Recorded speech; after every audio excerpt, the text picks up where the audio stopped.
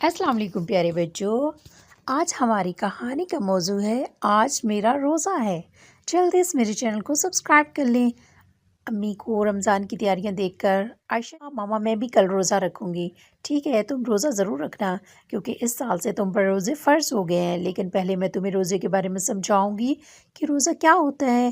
امی نماز کے لیے اس کو بلانے اس کے کمرے میں گئی تو وہ سونے کی تیاری کے لیے تھی۔ امی نے کہا وضو کر کے نماز کے لیے آجو، نماز پڑھتے ہیں۔ اس پر عائشہ فوراً بولی امی ابھی تو میں بہت تھکی ہوئی ہوں، تھوڑا سا سو لوں۔ امی نے کہا نماز پڑھنا تو ویسے بھی ضروری ہے اور پھر تم تو روزے سے ہو، یہ تو غلط بات ہے نا کہ ایک فرض پورا کرو اور دوسرا فرض چھوڑ دو۔ چلو جلدی سے نماز کے لیے آجاؤ۔ اس پر وہ برا سا منہ بنا کر بولی امی آپ تو اس بات کے پیچھے ہی پڑ گئی ہیں۔ اس پر امی کو بہت غصہ آیا لیکن ضبط کر گئی۔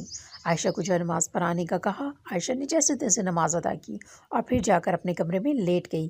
تھوڑی دیر کے بعد ماسی کی بیٹی رابو ڈسٹنگ کے لیے اس کے کمرے میں گئی۔ رابو کے زور سے دروازہ کھولنے پر عائشہ کی آنکھ کھل گئی۔ اس نے غصے میں آ کر رابو کو مارا اور کہا بدتمیز لڑکی، تمہیں پتہ ہے کہ میرا روزہ ہے، میں آرام کر رہی ہوں، تم نے مجھے ڈسٹرب کیا ہے۔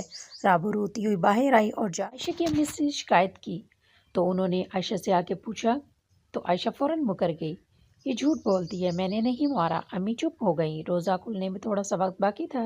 جب عائشہ روزہ کھول چکی اور کھانے پینے سے فارغ ہو چکی تو امی اسے اپنے کمرے میں لے کر آ گئی اور کہا آج تمہارا روزہ، آج میرا روزہ تھا۔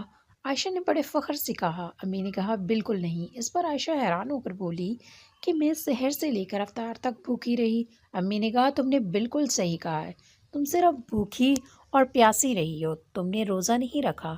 روزہ بھوک پیاس رہنے کا نام نہیں بلکہ برائیوں سے بچنے کا نام ہے۔ زبان کا بھی روزہ ہوتا ہے، جھوٹ نہیں بولنا۔ ہاتھ کا بھی روزہ ہوتا ہے، کسی پر ہاتھ نہیں اٹھانا، کسی کمزور کو نہیں مارنا۔ اگر روزہ رکھ کر ماں باپ کے ساتھ بدتمیزی کی جائے تو اللہ کو ایسے روزے پسند نہیں ہیں۔ روزہ اللہ نے ہماری تربیت کے لیے فرض کیا ہے تاکہ ہم اچھے انسان بنیں، برائی سے بچیں، دوسروں کی تکلیف کا احساس کریں۔ روزہ غصہ برداشت کرنے کا نام ہے۔ اب عائشہ کو سمجھ آ گیا کہ روزے کا کیا مطلب ہے۔ دوسرے دن اس نے روزہ رکھنے کے بعد وقت پر نماز ادا کی، کام کاج میں امی کا ہاتھ بٹایا۔ رابو آئی تو اس سے سوری کیا اور رامنا سے بھی لڑائی نہیں کی۔ جب روزہ کھلا تو افطار کے بعد عائشہ کو محسوس ہوا کہ جتنی خوشی اسے آج حاصل ہوئی ہے اس سے پہلے کبھی ایسی خوشی حاصل نہیں ہوئی۔ جی بچوں، کیسی لگی آپ کو میری کہانی؟ اگر آپ کو میری ویڈیو اچھی لگی ہو تو پلیز میرے چینل کو سبسکرائب کیجئے، میری ویڈیو کو لائک اور شیئر کیجئے۔ شکریہ۔